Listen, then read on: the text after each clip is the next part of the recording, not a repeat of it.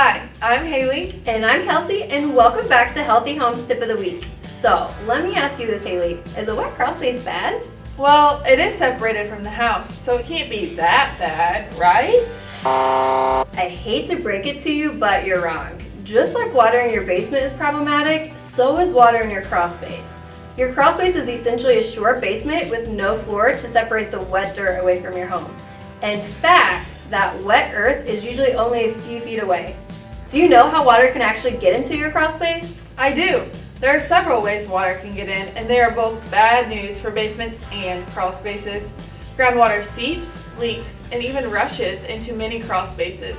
It can enter under the footing, between the footing and the walls, right through block walls, or through cracks in poured walls. After it seeps in, it just lies there in puddles, slowly evaporating upward into the house. Puddles of water in the crawl space aren't good, but the water itself won't ruin your home. It's the water vapor or moisture that causes rot, mold, energy loss, and attract pests. Ew. While a crawl space moisture problem may seem complicated and overwhelming, you don't have to go through it alone. We offer free inspections and some honest advice. Have a great day from all of us here at Healthy Spaces, and we'll see you next week. Bye!